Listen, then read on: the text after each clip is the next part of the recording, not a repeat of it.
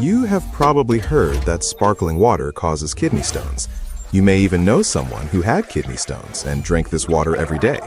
But what if I told you that this belief might be completely wrong, and that the real villain for your kidneys might be hidden in another beverage you consume without guilt? Today, you will discover the truth about sparkling water, kidneys, and hydration, based on science, not on assumptions. But is this relationship real? Does sparkling water represent a risk to kidney health, or is it just another dietary misconception?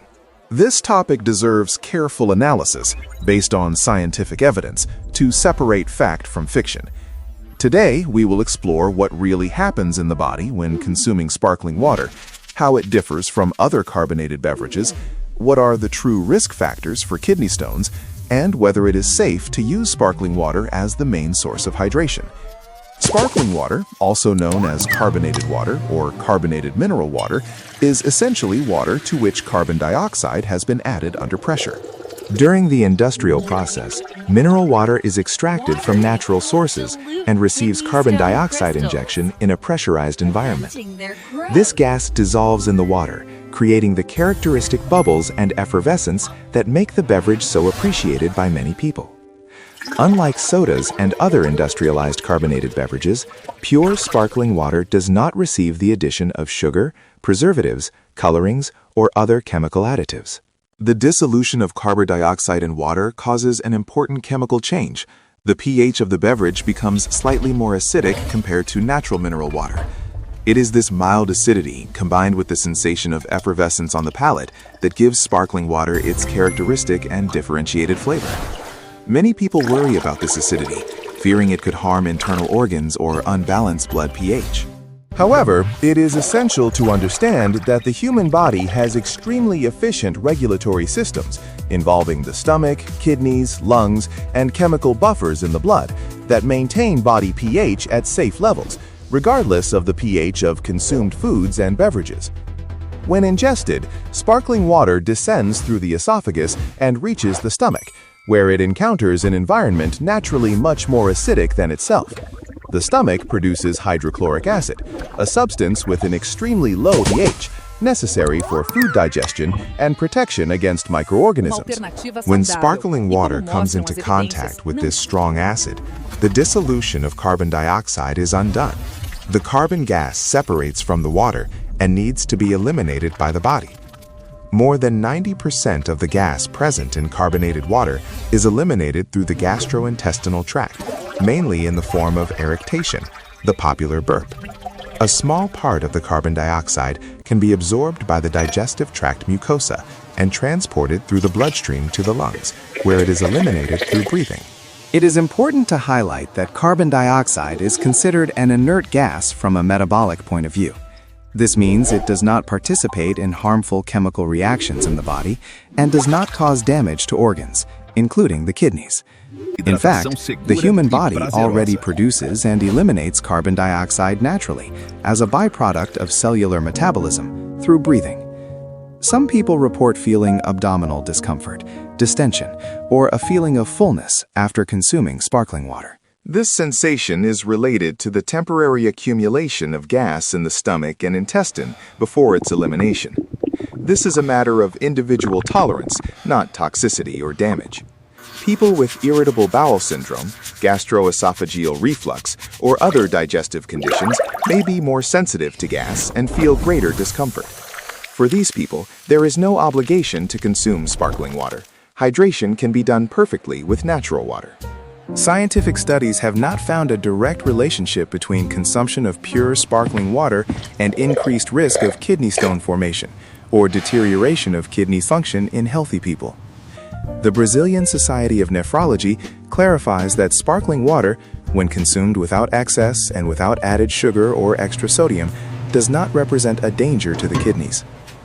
In fact, any form of water, with or without gas, helps prevent kidney stones by keeping urine diluted and reducing the concentration of salts that can crystallize. What matters for kidney health is the total volume of liquid consumed throughout the day and the quality of that liquid. Here lies an important point of confusion. Although both sparkling water and sodas are carbonated beverages, that is, both contain carbon dioxide, they are fundamentally different in terms of composition and health impact. Sodas, whether cola or other flavors, contain significant amounts of sugar or artificial sweeteners, in addition to phosphoric acid, caffeine, colorings, and other additives. Studies demonstrate that regular and excessive consumption of sodas is associated with increased risk of obesity, diabetes, hypertension, chronic kidney disease, and kidney stone formation. The phosphoric acid present in many sodas can increase calcium excretion in urine and reduce urinary citrate, both factors that favor stone formation. Excess sugar contributes to insulin resistance and metabolic overload on the kidneys. Therefore, the problem is not in carbonation itself, but rather in the other components of these industrialized beverages. Pure, sparkling water does not carry these risks. It is important to carefully read the labels of sparkling water available on the market. Some brands add sodium to enhance flavor. For people with hypertension, kidney disease, or medical salt restriction, it is essential to choose versions with low or no sodium content. Similarly, flavored waters sold as lemon sparkling water or fruit sparkling water may contain sugar, sweeteners, or artificial flavorings. In these cases, the beverage stops being simply carbonated water and begins to have characteristics closer to a light soda. Kidney stones form when substance is present in urine, such as calcium, oxalate, uric acid, and phosphate, become too concentrated and begin to crystallize. Several factors increase this risk. Chronic dehydration is the main modifiable risk factor. When a person drinks little liquid, urine becomes more concentrated, facilitating crystal precipitation. A diet rich in sodium increases calcium excretion in urine, raising the risk of calcium stones. Excess salt also impairs blood pressure control and overloads the kidneys. Excessive consumption of animal protein, especially red meat, can increase uric acid excretion and reduce urinary citrate, both related to stone formation. Excess sugar and fructose is associated with increased risk of stones, possibly by altering calcium metabolism and increasing urinary oxalate excretion. Genetic factors and family history also play an important role. People with relatives who have had kidney stones have increased risk. Staying well hydrated is the most effective and proven strategy to prevent kidney stone formation. The general recommendation is to consume approximately 30 to 35 milliliters of water per kilogram of body weight per day. For example, a person weighing 70 kilograms should ingest about 2,100 to 2,450 milliliters of water daily. This value should be adjusted upward in situations of intense heat, physical exercise, fever, or other conditions that increase fluid loss. And here is the fundamental point. This hydration can be done with natural sparkling water or a combination of both. What matters is reaching the adequate volume and avoiding dehydration. In addition to being a safe option for hydration, sparkling water offers some practical advantages. For people accustomed to sodas, sparkling water can facilitate the transition, offering the sensation of effervescence without sugar, calories, or harmful additives. Some research suggests that carbonated water can promote greater sensation of gastric fullness, which can help with appetite control. In some people, sparkling water can improve the sensation of digestion and reduce discomfort such as mild heartburn, although this varies individually. Although safe for most people, there are some considerations.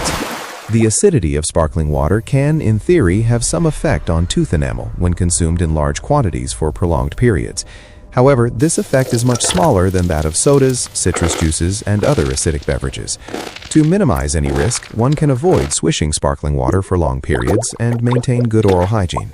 People with gastroesophageal reflux, hiatal hernia, irritable bowel syndrome, or dyspepsia may experience worsening of symptoms with carbonated beverages. In these cases, it is better to prioritize natural water or follow specific medical guidance. There is no contraindication to moderate consumption of sparkling water during pregnancy, as long as the pregnant woman does not feel abdominal discomfort or intensified reflux.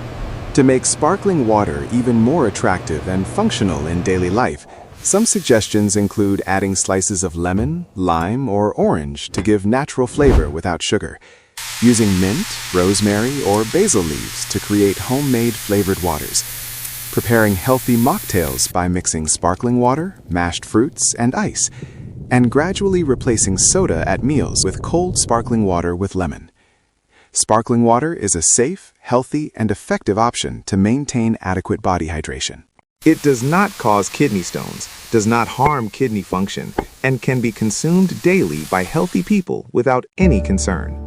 The myth that sparkling water would be dangerous for the kidneys probably arises from confusion with sodas and other industrialized carbonated beverages, which are indeed associated with risks when consumed in excess. For those seeking to abandon soda, improve hydration, or simply appreciate the taste and texture of carbonated water, sparkling water represents an excellent choice.